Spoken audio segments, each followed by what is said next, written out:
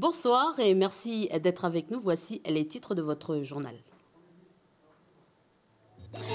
Commission minière communale prévue la semaine prochaine suite au déversement des 300 tonnes de minerais au large de Poum.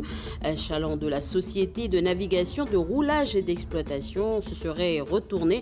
Quelles sont les règles pour qu'une barge de nickel puisse naviguer en toute sécurité? Explication dans ce journal. Comment améliorer la Convention sur l'élimination de toutes les formes de discrimination à l'égard des femmes? Des propositions ont été faites suite à la restitution aujourd'hui lors du 9e atelier régional de l'Union francophone des femmes d'Océanie. On en parle avec sa présidente Sonia Tonia. Elle est notre invitée depuis nos bureaux de Nouméa. Et enfin, 40 ans après sa formation à la MFR de Bako à Koné, Francis Simine, patron d'une entreprise d'espace vert, revient sur cette période, un enseignement qui l'a aidé à s'émanciper. Témoignage dans quelques instants. Je vous le disais en titre, une commission minière communale sera prévue la semaine prochaine pour l'incident de Poum. Une barge appartenant à la société Sonarep se serait retournée en mer. Il semblerait que 300 tonnes de minerais se trouvent actuellement au fond du lagon. Une barge qui aurait été surchargée. Des informations au conditionnel car nous n'avons pu les confirmer. La société de navigation, de roulage et d'exploitation sous-traitant pour la SLN refuse de nous accorder une interview face caméra. L'un des membres du conseil d'administration nous confiait au téléphone qu'il n'en savait pas plus. La direction des mines et de l'énergie n'a pas répondu non plus à nos sollicitations. Il semblerait que le rapport du capitaine n'est pas parvenu à leur bureau. Seule la mairie de Poum a bien voulu nous accorder une interview. Écoutons Jean-Paul Dédane, deuxième adjoint au maire, au micro de Natacha Oui. Je le suis samedi, c'est vrai que les choses s'étaient passées dans la nuit du vendredi. Je ne sais pas si je me suis trompé. Moi, je suis ça dans l'après-midi du samedi. Il y avait une personne qui m'avait dit qu'il y avait un changement qui coulait. Pour rassurer un peu tout le monde, devant déjà la population de Poum, on a une commission qui va se faire récemment pour pouvoir essayer de bien définir les raisons de l'incident. Et c'est autour du temps qu'on trouve une solution. Avec, on va dire, la SLN, la mairie, les partenaires, il faut qu'ils soient là. Alors parlons cette fois-ci de la réglementation. Je vous le disais, il semblerait que lors de cet incident, la barge était chargée à ras-bord. Et pour qu'une barge transportant du nickel parte en mer en toute sécurité, certaines règles sont à respecter. Les précisions de Prosper Poigou. Les chargements de minerais sont très réglementés dans les centres miniers. Un certain nombre de mesures doivent être observées. Par exemple, pour le nickel, dès son extraction, un tri est effectué par rapport à la granulométrie requise. Selon le résultat, une partie est stockée directement sur le massif, tandis que l'autre est acheminée du massif vers un port minier. En bord de mer, une nouvelle procédure est observée. Le minerai, chargé en humidité, est stocké en layant ou en chute avant d'être retourné et étalé pour être séché au vent et au soleil. Des prélèvements du minerai permettent de déterminer l'efficacité du séchage. Le minerai séché est protégé à l'aide de bâches en cas de pluie. Quand un client passe une commande, l'équipe responsable du chargement et du remorquage doit s'assurer que la météo et plus précisément la houle ne soit pas importante. Si c'est le cas, les opérations sont reportées jusqu'au retour d'une météo plus clémente. Lors du chargement, le minerai stocké dans chaque chaland ne doit pas noyer complètement les marques d'enfoncement peintes directement sur l'embarcation. Une fois le minerai chargé, le remorqueur achemine son chargement vers le minéralier qui le stocke dans ses cales. Voilà, je vous rappelle qu'une commission minière communale sera prévue la semaine prochaine pour éclaircir ce qui s'est passé lors de cet incident au large de Poum. Restitution aujourd'hui des travaux du 9e atelier régional de l'Union des femmes francophones d'Océanie au Centre culturel Tjibaou. La Convention sur l'élimination de toutes les formes de discrimination à l'égard des femmes était au cœur de cet atelier. C'est l'œil de la rédaction.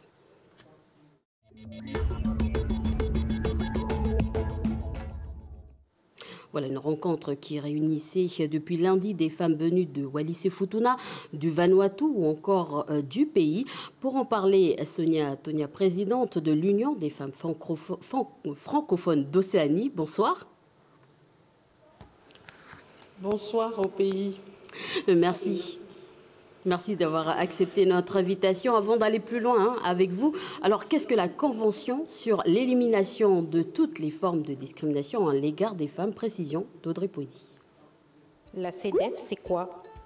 La CEDEF, ou CEDAW en anglais, est la Convention pour l'élimination des discriminations à l'égard des femmes. Ce texte international énumère les droits des femmes et définit toutes les formes de discrimination subies par ces dernières. Ce document est le fruit d'un travail lancé en 1946 par les Nations Unies. L'institution a demandé à un groupe d'experts composé de spécialistes des 4 coins du monde de recommander des moyens permettant d'améliorer la vie des femmes. L'ONU a adopté la CEDEF en 1979. La France, quant à elle, l'a ratifiée en 1983. Quel est son objectif? En ratifiant ce texte, les gouvernements du monde s'engagent à faire tout leur possible pour que les femmes soient traitées sur un pied d'égalité et que rien n'empêche la gente féminine de jouir de ses droits. À titre d'exemple, en 2008, l'Égypte a adopté une nouvelle loi rendant illégal le mariage des garçons et des filles de moins de 18 ans. Qu'est-ce que dit l'article 2? Pour résumer, cette deuxième partie de la Convention concerne les mesures politiques. Elle insiste sur le fait que les gouvernements ne doivent pas tolérer la discrimination à l'égard des femmes, qu'ils doivent adopter des lois et des politiques fondées sur l'égalité femmes-hommes, et aussi mettre en place des dispositifs qui permettent de protéger les femmes contre toutes les formes de discrimination. S'il y a non-respect de ces dispositions, des sanctions doivent être établies. À ce jour, plus de 180 pays ont ratifié ce texte. Voilà, je vous le disais, donc Tonia, pour en parler ce soir depuis nos bureaux de Nouméa. Alors Sonia, vous vous êtes fixé un objectif lors de cette rencontre, celui d'améliorer cette convention. Alors quelle décision avez-vous prise lors de cet atelier? Alors donc à Nouméa s'est tenu le 9e atelier de l'Union des femmes francophones d'Océanie. Ça s'est passé donc au Centre culturel Chibaou. Il s'agit d'une réunion annuelle qui réunit tous ces pays pour examiner donc ensemble une thématique définie par les 4 pays. Cette année, donc, la thématique, c'était de travailler sur la réelle application de l'article 2 dans nos pays respectifs. Nous avons eu donc pour cette année l'analyse et l'expertise de l'Union des femmes francophones de Polynésie française, de Wallis-et-Futuna, du Vanuatu et puis de la Nouvelle-Calédonie. Donc il s'agissait pour chaque pays de venir et puis de partager donc son expertise et son analyse concernant donc l'application de cet article 2, de faire aussi de réelles propositions pour accompagner donc nos institutions et nos gouvernements à aller plus loin dans l'application de cet article 2.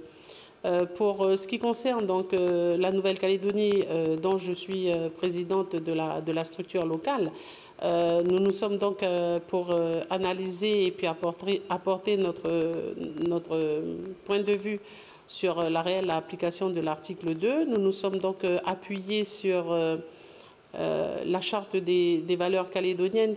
Ce n'est pas une loi, mais c'est quand même un projet de société autour desquels donc plusieurs partis politiques, en tout cas ceux qui vont définir l'après-accord de Nouméa, ont commencé déjà à travailler dessus.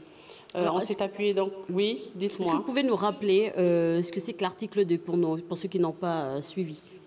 Alors, pour l'article 2, c'est les mesures qui sont adressées au gouvernement pour tout mettre en œuvre, pour lutter contre la discrimination envers les femmes dans tous les domaines.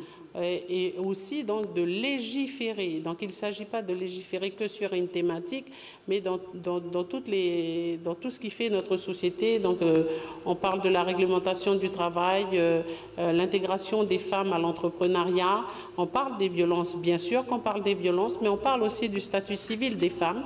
On parle de la dignité de femmes. Où est-ce que les femmes sont sont discriminés et dans quel secteur. Alors concrètement, qu'est-ce que vous proposez tout en prenant en compte bien sûr les spécificités de l'Océanie? Eh bien, donc là, l'enjeu aussi de notre réunion de Nouméa, donc l'enjeu de l'atelier régional à Nouméa, c'est de mettre en place donc une plateforme afin que parce que l'Union des femmes francophones d'Océanie a quand même 10 ans d'expérience.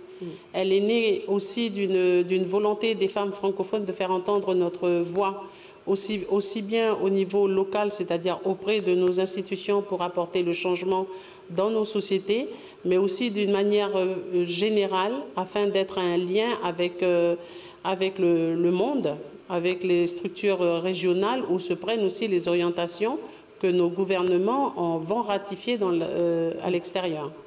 Alors, Madame Tonia, vous avez pu le constater, ces dernières semaines, beaucoup de violences faites aux femmes. On constate entre 2018 et 2019 une augmentation de 15% du nombre de plaintes déposées auprès de la gendarmerie pour violence. D'ailleurs, un dispositif a été mis en place au Grenelle contre les violences conjugales au commissariat ce lundi. D'abord, une cellule sur le circuit des dépôts de plaintes et 3 groupes ont été proposés également. Un premier sur la prévention, un second sur l'accueil des victimes et un troisième sur la suite à donner à une plainte. Alors je vous propose d'écouter justement Laurent Prévost, au commissaire de la Nouvelle-Calédonie, pour ce dernier groupe et on en parle après. Puis on a un troisième groupe de travail qui va être animé par le parquet sur, une fois qu'une plainte est déposée, d'abord comment est-elle déposée, quelle suite lui est donnée, quelles sanctions peuvent être apportées. Tout n'est pas dans la réponse carcérale. Il y a beaucoup d'autres choses qui peuvent être faites. Comment les autorités coutumières peuvent jouer un rôle au travers des assesseurs coutumiers. Voilà, ça c'est un groupe donc, qui va être animé par le procureur de la République. Alors Sonia Tonia, qu'en pensez-vous ? Pour ce qui concerne donc les Grenelles, l'Union des femmes francophones a en 2017 participé donc à l'enquête qui a été commandée par le gouvernement français auprès du CESE pour justement donner notre vision des violences en Outre-mer. Nous sommes donc très satisfaite que au niveau donc de la Nouvelle-Calédonie, l'État a fait aussi écho de ce qui a été déjà engagé depuis 2 ou 3 ans avec cette enquête qui a mis les pays de l'Océanie, en tout cas les pays francophones, à la une des journaux concernant donc le taux de violence dans nos propres pays. Pour nous, donc, l'Union des femmes francophones, il s'agit pour nous d'être actrices de ce changement et de nous inscrire complètement dans toutes les initiatives, aussi bien donc, au niveau de nos gouvernements, de nos institutions, qu'au niveau régional, pour justement faire reculer donc, ce phénomène qui abîme nos sociétés et qui amène chez nous donc l'insécurité. Alors, Sonia Tonia, à quand la prochaine rencontre ? Alors, comme je disais, donc l'atelier régional de Nouméa avait un double enjeu. Donc, non seulement le traitement de cette thématique qui concerne directement notre rôle à jouer auprès de nos institutions pour favoriser la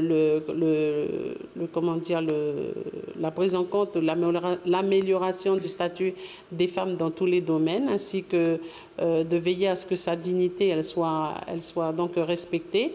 Le deuxième enjeu, c'était donc notre plateforme et nous sommes donc actuellement en Assemblée générale pour élire l'Union des femmes francophones régionale. Merci. Donc, ça sera une structure régionale qui sera chargée de dialoguer avec les instances de la région et puis au niveau international aussi. Mais oui, je rappelle aussi que le changement, que nous sommes déjà inscrits depuis plus en tout cas donc la Nouvelle-Calédonie et en particulier donc l'Union des femmes francophones s'est déjà engagée pour le changement depuis plus de 20 ans. Merci Sonia Tonia d'avoir accepté notre invitation. Merci. Bonne soirée. La réduction du plastique et des déchets est plus que d'actualité. En Nouvelle-Calédonie, nous utilisons en moyenne 60 millions de sacs plastiques, 40 millions de barquettes et 5 tonnes de paille. À Pointe-d'Imier, Karine Gondin, institutrice, a décidé de changer ses habitudes. C'est notre sujet grande cause sur la réduction des déchets. Donc là, je fais fondre la cire. Qui utilise justement de la cire de miel et du tissu pour ne pas utiliser du film alimentaire en plastique. Un reportage d'Aurélie Néautine.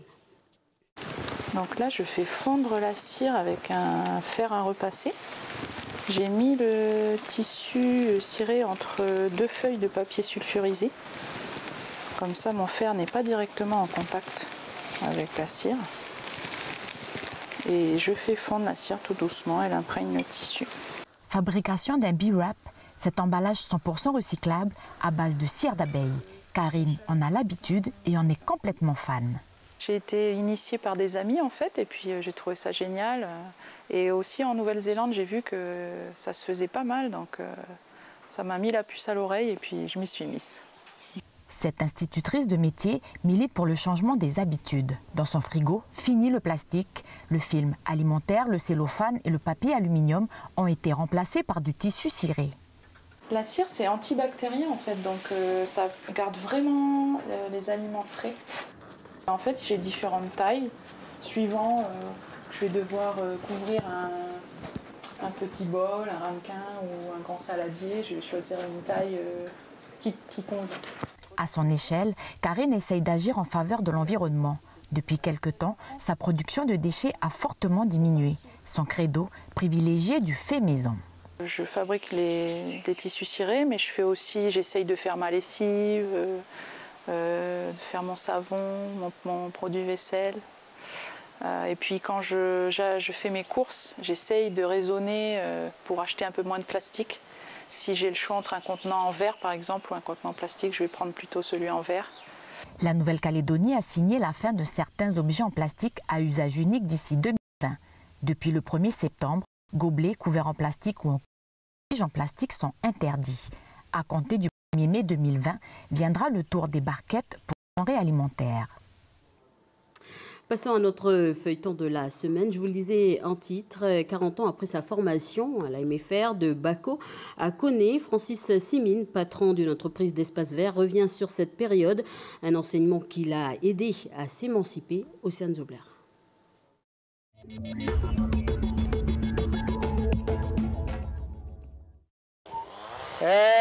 Qui peut-être Jean-Jean il va passer. Ça vient de vous donner la main, Jean-Jean. Jean-Jean. Ok, allez, bon courage. Francis possède aujourd'hui son entreprise d'entretien d'espaces verts avec 4 salariés. Chaque jour, il se rend sur différents chantiers et s'assure que tout se passe bien, comme ici où il est chargé de faire un chemin pédestre. Le chemin, là, on a ouvert déjà, je pense, 400 mètres ou 300 mètres, je ne sais pas trop. Que tous mes frères ils sont tous à la mine et c'est moi le seul qui était dans les espaces verts. À 15 ans, il fallait toujours aller à l'école, alors il y avait la MFR qui arrivait sur le territoire et puis voilà. Comme ça, je suis atterri à la MFR. Bon, mais je ne regrette pas, hein. J'ai appris quand même pas mal de choses. Bon, moi j'ai travaillé pendant longtemps, hein, pendant 15 ans pour un patron. Et puis après, un jour, j'avais marre de faire la route tous les week-ends pour rentrer sur Pointe-Brute. Ça fait en 2001, mais je me suis lancé, voilà. C'est comme ça qu'est partie l'entreprise. Ça va faire comme 18 ans, voilà. Mais je ne retournerai jamais chez un patron maintenant. On est trop bien à travailler.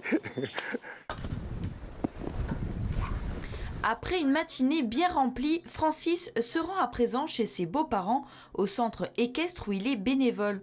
Tous les jours, il passe ici pour s'occuper des chevaux et donner un coup de main. La maison familiale rurale était pour lui une des solutions pour avancer.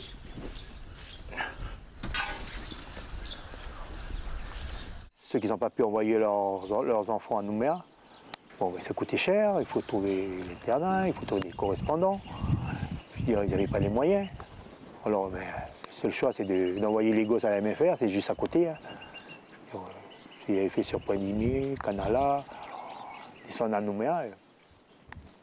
sais, quand tu es un petit broussard, la capitale, c'est pas évident. Hein.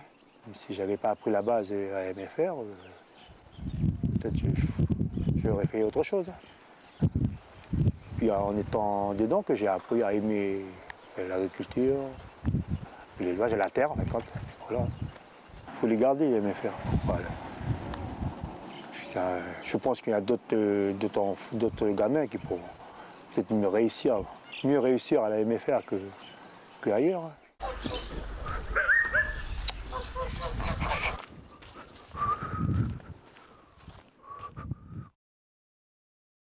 Voilà, donc vous l'avez vu, la MFR a aidé beaucoup de personnes à s'en sortir, mais ces maisons familiales et rurales ont aussi des limites. Vous le verrez demain dans la suite du feuilleton. Rendez-vous culture et souvenirs, l'histoire de 34 familles calédoniennes à travers l'exposition Hommage à la maison Higginson à Nouméa, des familles issues de la colonisation libre et pénitentiaire. Elles ont participé à la construction du pays. Vous verrez des photos, des objets ou encore des panneaux qui retracent l'histoire qui fait référence à la vie en Nouvelle-Calédonie au 19e siècle. Une exposition visible jusqu'au 30 novembre. Voilà, il est 18h22, c'est la fin de cette édition. Après la météo, retrouvez votre émission E = M6 et grâce aux expériences grandeur nature et au décryptage de nos scientifiques, vous allez découvrir beaucoup de choses sur le monde qui nous entoure. Et à 19h20, votre programme Anuru Amboro avec le film Roadside Radiation. On découvre le destin des habitants de l'un des lieux les plus contaminés par la radioactivité dans le monde, Tchernobyl. Voilà, c'est la fin de ce journal. Je vous remercie et je vous retrouve demain. Belle soirée.